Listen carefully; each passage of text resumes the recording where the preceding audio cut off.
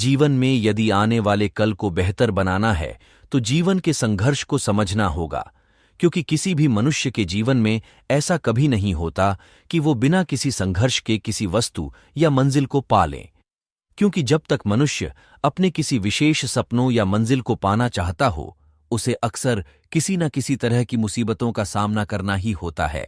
जीवन में संघर्ष तो सभी मनुष्यों के लिए होता ही है, फिर चाहे वो आप कोई विद्यार्थी हो या फिर कोई व्यापारी या नौकरी करने वाले, संघर्ष से जूझ कर ही तो आप सफलता की ऊंचाइयों को छू पाते हैं। इसलिए हमें कभी भी अपने जीवन में आने वाली किसी भी चुनौती के लिए तैयार रहना चाहिए। अगर आपके जीवन में संघर्ष है तो ये हमेशा मानकर आगे बढ़ते रहें कि इसके बाद का जो आने वाला पल होगा वह बीत गए समय से बेहतर ही होगा।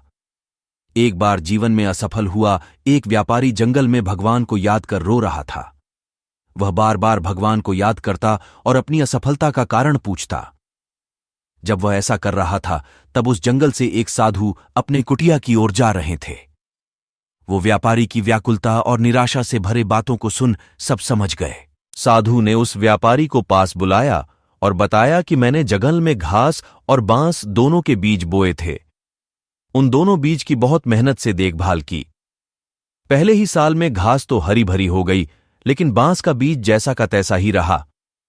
लेकिन फिर भी मैंने अगले साल भी बांस के बीज की वैसे ही देखभाल की जैसे घास की। लेकिन दूसरे साल में भी बांस का पेड़ विकसित नहीं हुआ, लेकिन मैंने हिम्मत नहीं हारी। तीसरे साल में फिर मैंने बांस के बीज की देखभाल की, लेकिन कुछ न हुआ। चौथे साल में भी यही हुआ।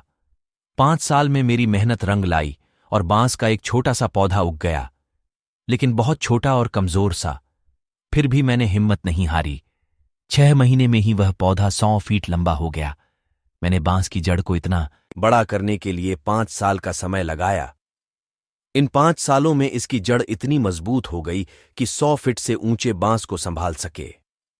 संघर्ष तो सभी के जीवन में आते हैं, लेकिन इनसे हार नहीं माननी चाहिए।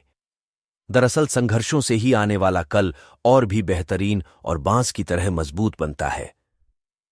तो दोस्तों, इस कहानी का कंक्लूजन ये है कि जीवन में आने वाली किसी भी संघर्ष से कभी हार न माने। कहानी इंस्पिरेशनल लगी हो तो लाइक जरूर करते जाना।